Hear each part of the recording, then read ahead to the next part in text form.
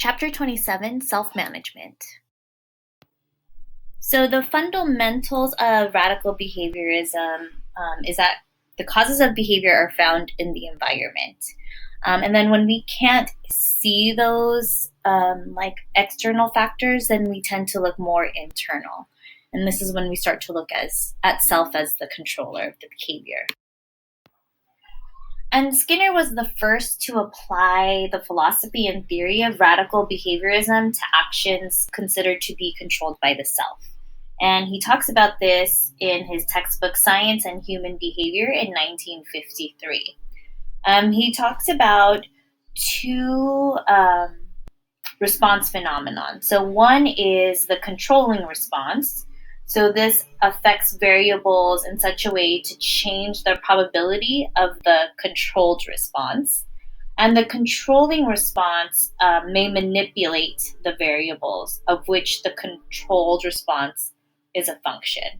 So the controlling response are those behaviors that we kind of implement to remind us of the controlled responses.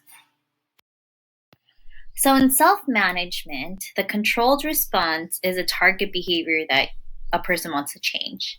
And then the controlling response is the actual self-management behavior. So for example, the target behavior is that I want to work out every day, right? So the self-management behavior would be, what are those things that I'm doing to set myself up to work out every day? So that could be, setting the alarm, setting out my workout clothes, creating a schedule, right? So those are the self-management behaviors. So the definition of self-management is a personal application of behavior change tactics that produce a desired change in the behavior. So again, what are those actual behaviors you're changing to get to that end result? It's a broad and functional definition. It encompasses one-time and long-running self-management events. We'll talk about this more a little bit later. But desired change in the target behavior has to happen or occur for actual self-management to be demonstrated. And this is the functionalism part of it.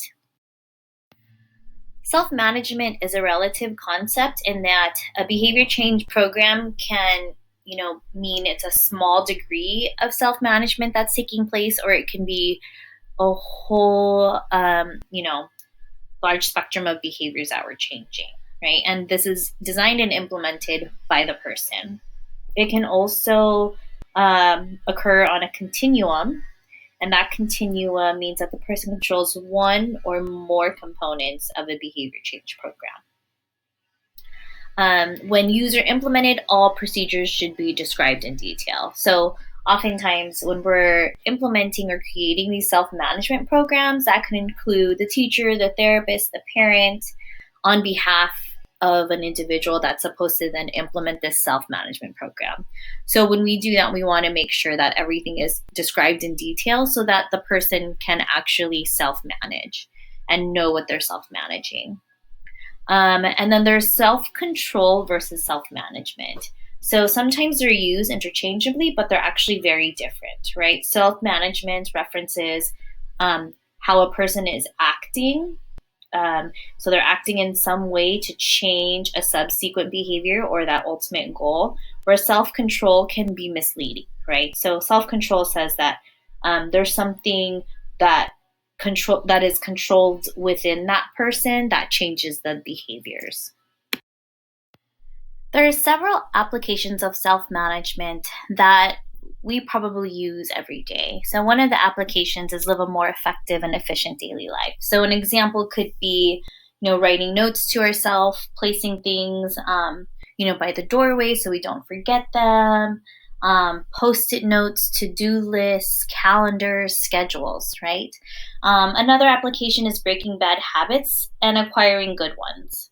So sometimes impulsiveness, bad habits, procrastination, those can be products of existing reinforcement traps, right? So it's like giving into the immediate smaller consequence is easier than kind of prolonging or waiting to make a better choice for a more long-term goal.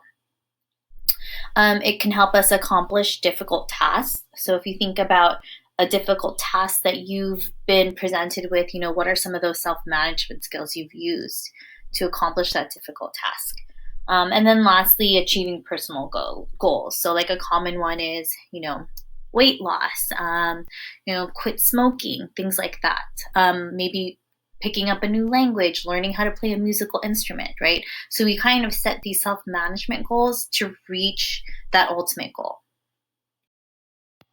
There are several advantages and benefits of implementing a self-management system. One of those is it can influence behaviors that are not accessible to external change agents. So basically that's saying, there are certain behaviors that we can't see or that are inaccessible. Those could be behaviors like thoughts of self-doubt, obsessive thoughts, feelings of depression, or just private events in which a self-management approach might be needed.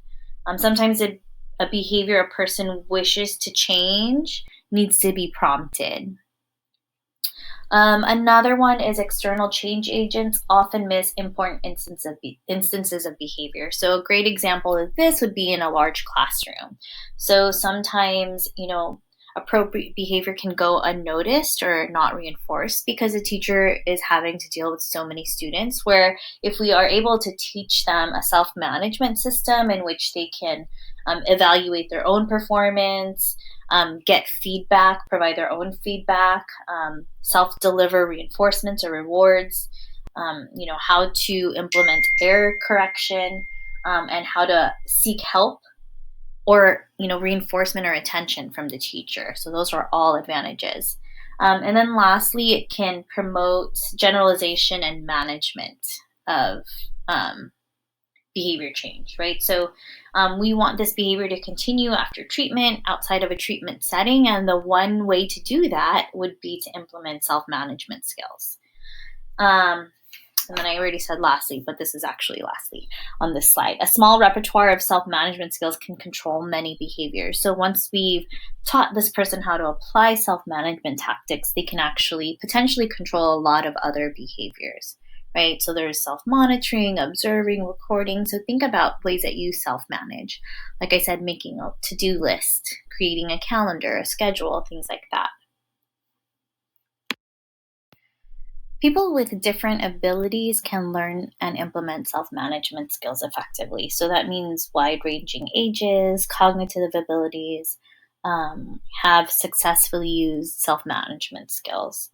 Some people perform better under self-selected tasks and performance criteria. So that's pretty self-explanatory, right? So if they are able to choose the criteria and what goals they want to work on, sometimes people do better with that versus imposed by other people. And then people with good self-management skills contribute to more efficient and effective group environments. So just think of the overall effectiveness. Think of potentially where you work right now. Those types of people, or you have pretty much an overall good self-management skills, right? Because you're able to provide feedback for performance, receive feedback. You identify when there's something that you need to work on, and then kind of plan out or map out those steps to improve that. Other advantages, so teaching students to use self-management skills provides meaningful practice for other areas of school and curriculum, right? So if you think about how much support a student initially needs, like when they're in preschool, kindergarten, to where they or how they perform independently as they get older, right? So again, the goal is to have self-directed students that are capable of, knowing how to appropriately and constructively behave without having to be supervised, and really just promoting independence. And so that's like the ultimate goal of education, and that in turn, benefits society. And also it helps somebody to feel like in control. And again, really just promoting that independence when we teach them these self-management skills. So let's talk about some antecedent-based self-management tactics. So these are things that you're putting in the environment as an antecedent to prompt you or to elicit the appropriate behavior, right, to get to that ultimate goal. So it's a primary feature.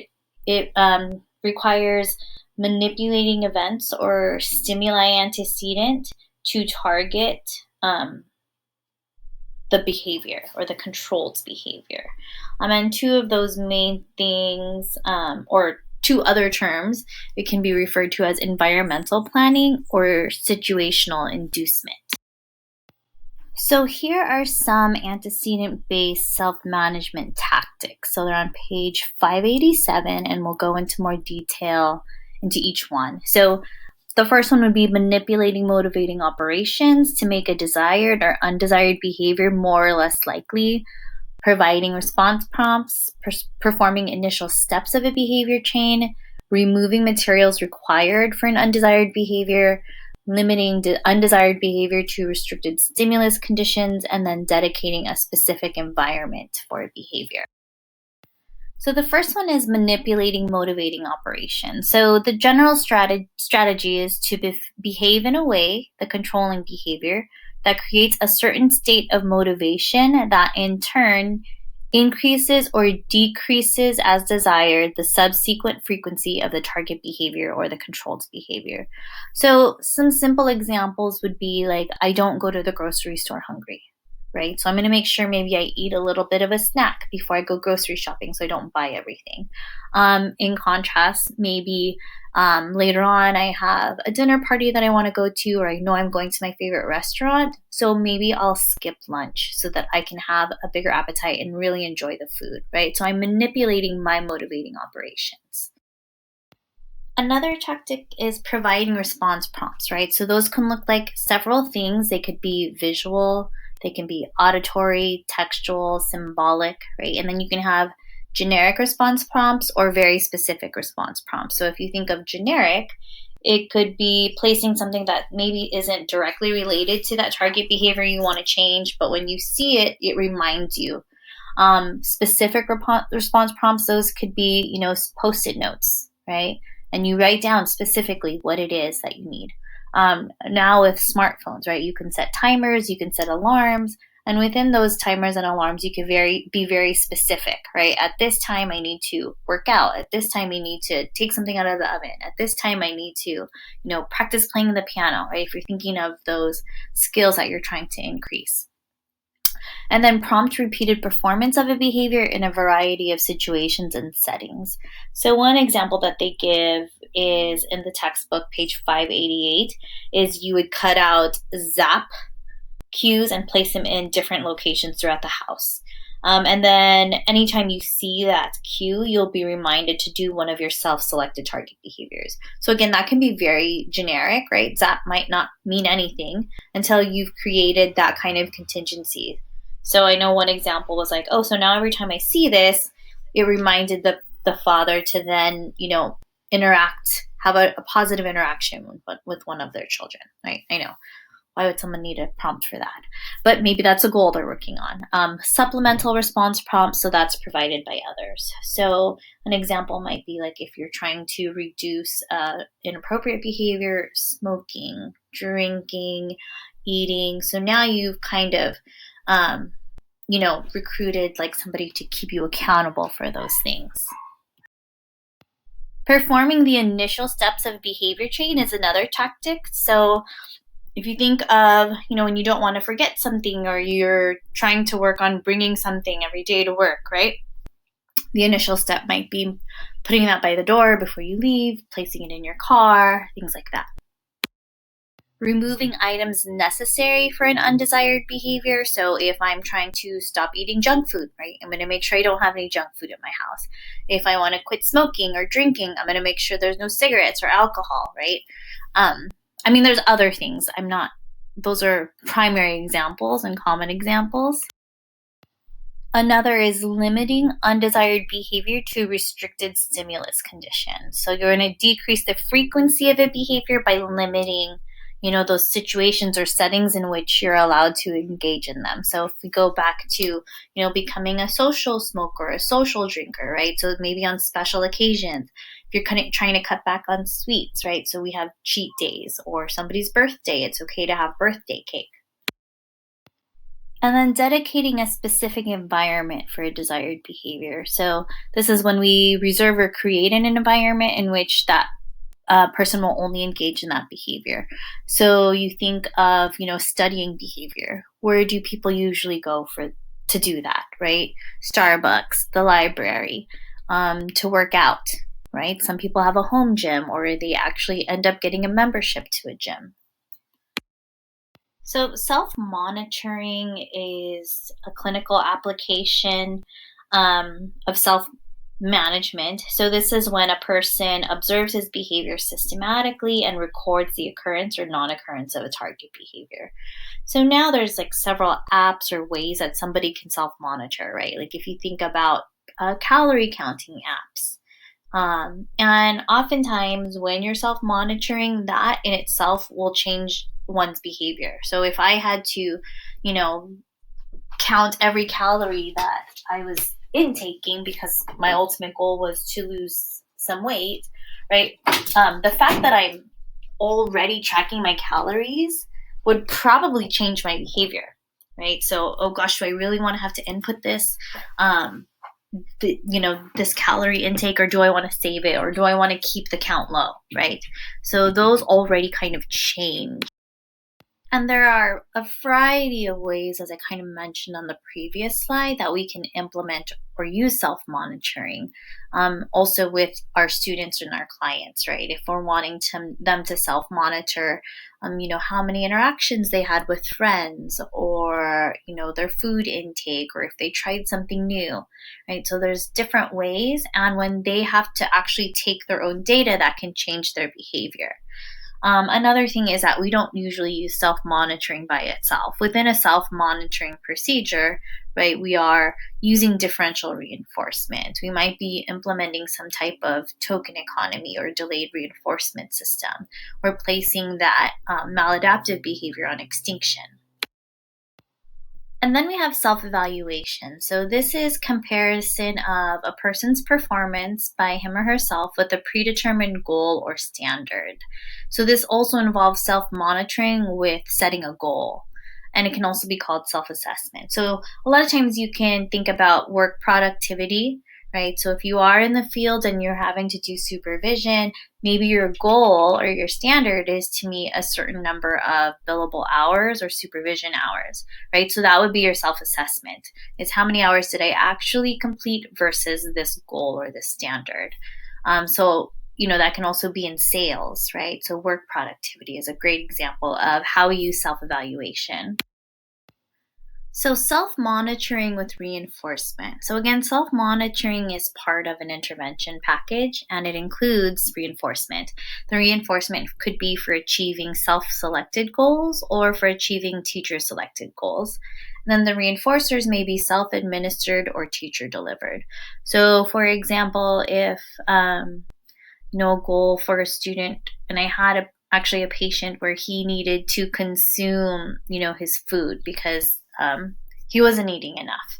So his self-monitoring was, actually tracking how much of his meals he ate.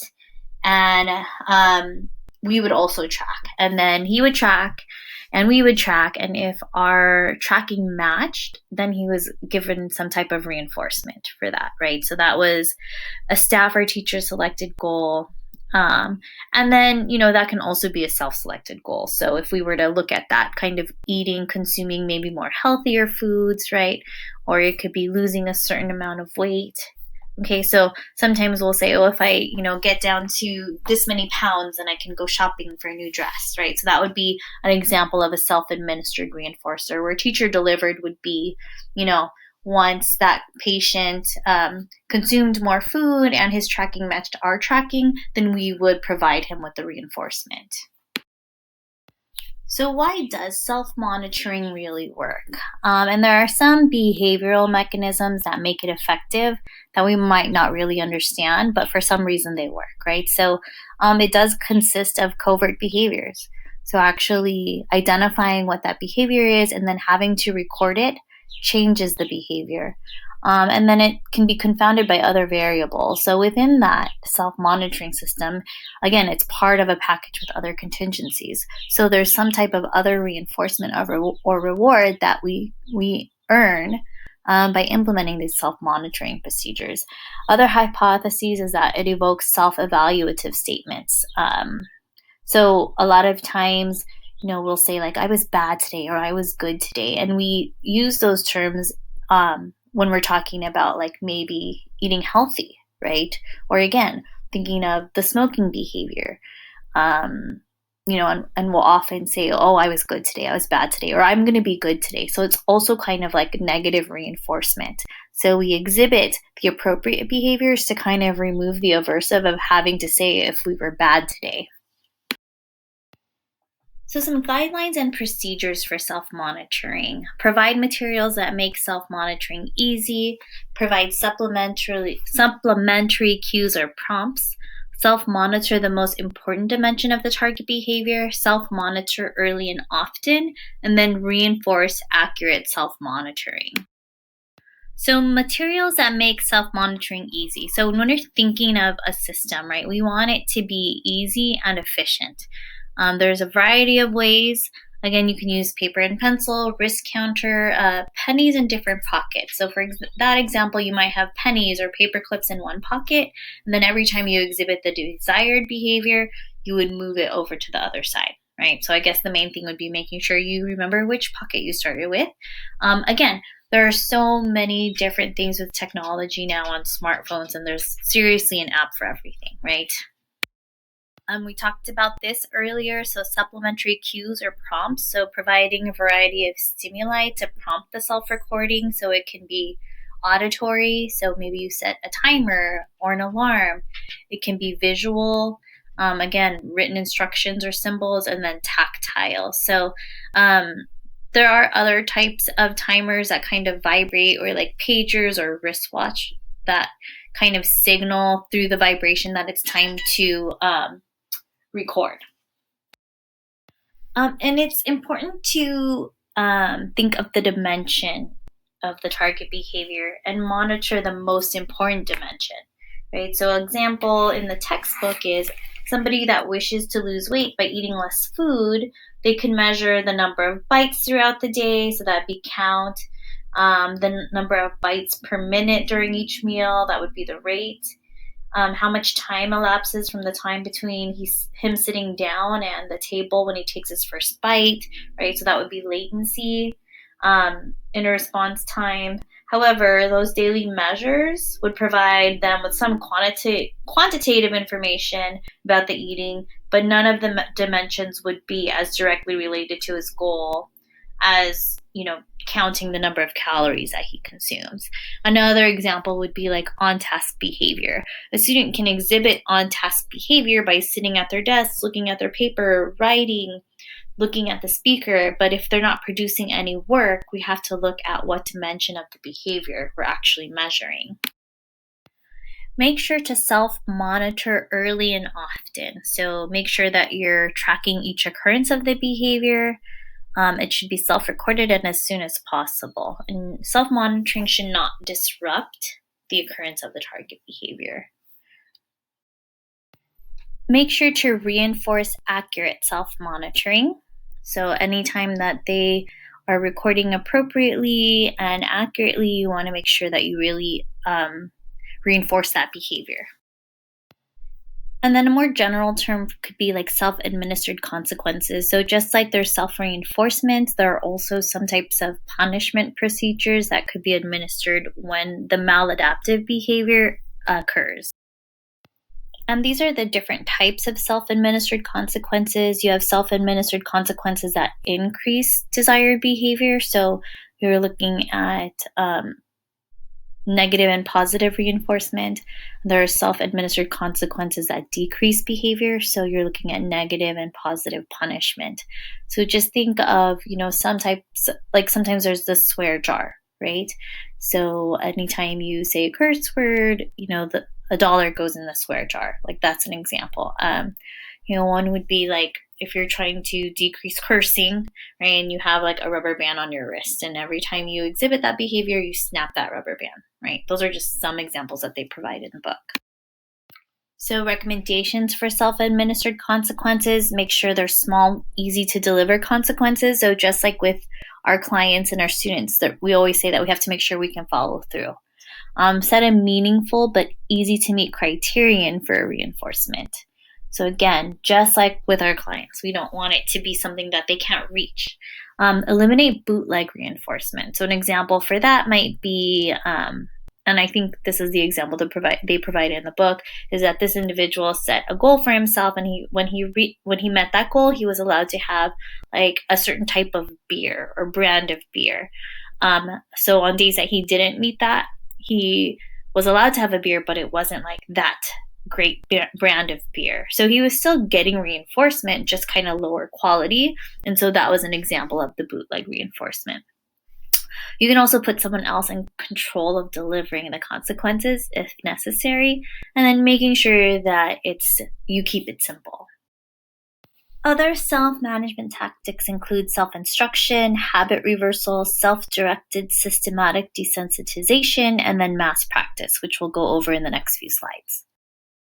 So self-instruction is pretty self-explanatory. These are self-generated verbal responses. Sometimes we recite the steps to ourselves as we're completing them, or maybe we've created acronyms to remember steps, and then we say those to ourselves. And then habit reversal is basically, when you are presented with an opportunity to exhibit the maladaptive behavior, you would intentionally, perform the exact opposite of that behavior. So an example might be, leaving a situation in order to prevent exhibiting that behavior.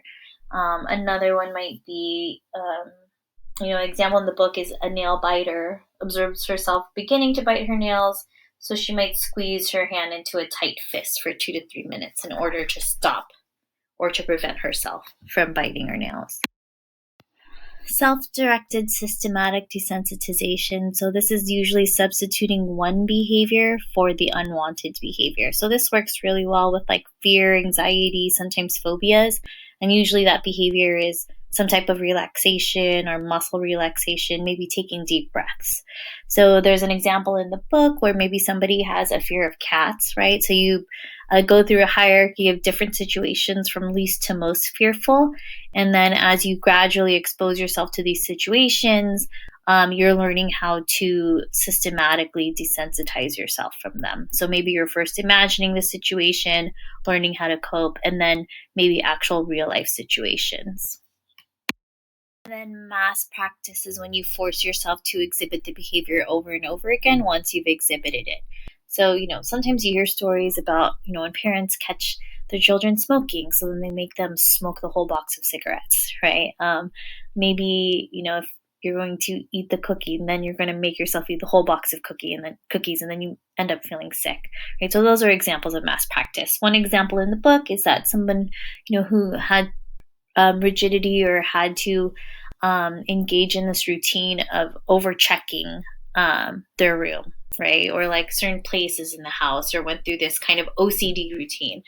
So then, the protocol was that if they exhibited that routine once, then they had to go through it, a ridiculous amount of times. So maybe instead of just doing it once, then they had to do it 13 times.